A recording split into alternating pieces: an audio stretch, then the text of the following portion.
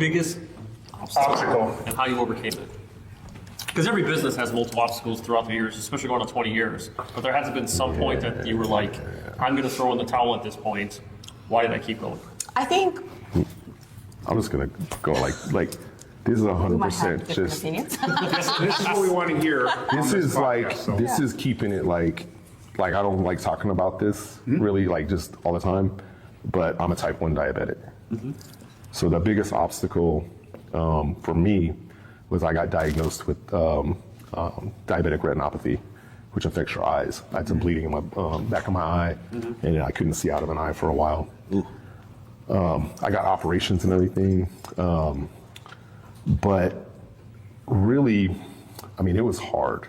Yeah. And I had to be out there DJing all the time, and I couldn't tell anybody because people were like, don't hire them.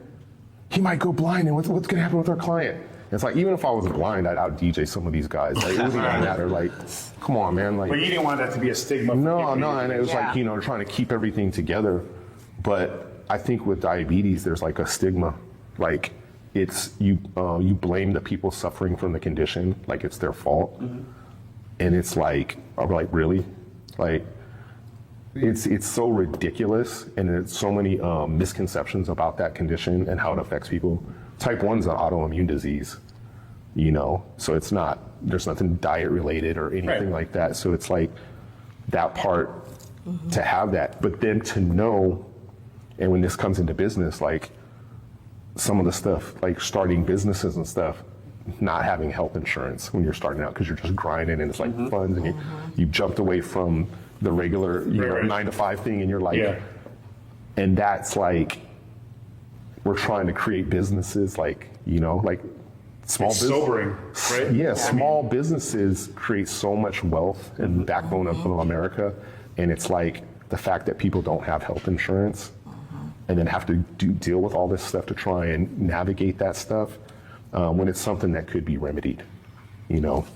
That's like, I think that faces a lot of businesses having like those basic needs for people covered, and it's like, yeah, it's real. The challenge is that, you know, he's not replaceable, right? Like, so you're the asset. You are the business, right? And so if something happens to him, then there goes the business, right? We can't fulfill our contracts. We have to give money back. Like that's definitely like one of the issues. And then the other issue is just scaling. Like, because of that, how can we grow our business if it is only us, one talent, right?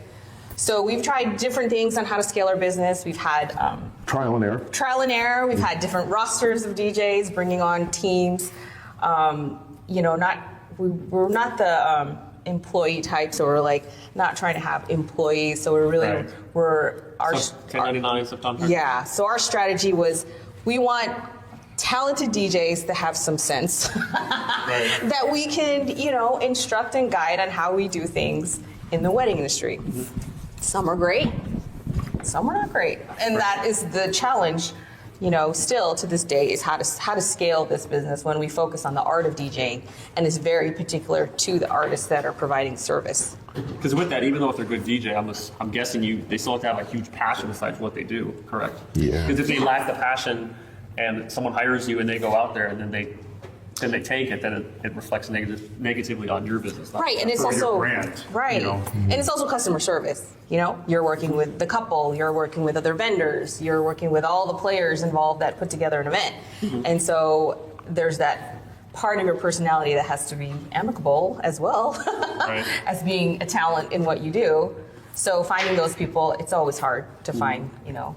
Well, I think too, like with DJs, like it's like, what some of like the talented DJs don't realize is that you still have to be professional.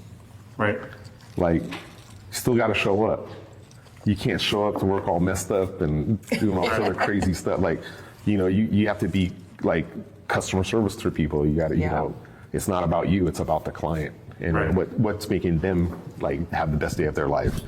And if you have like this ego or you have all these hang-ups and stuff, you might say, oh, that DJ is terrible. And they're looking at it from a technical standpoint, which could definitely be true, but it's like, hey, that guy shows up every day. Right. And it's unfortunate that people will put that much into their craft and then not show up when it counted. It's like if you knew how to play in the NBA, like you had the skill to be able to do it, and then you don't show up to games.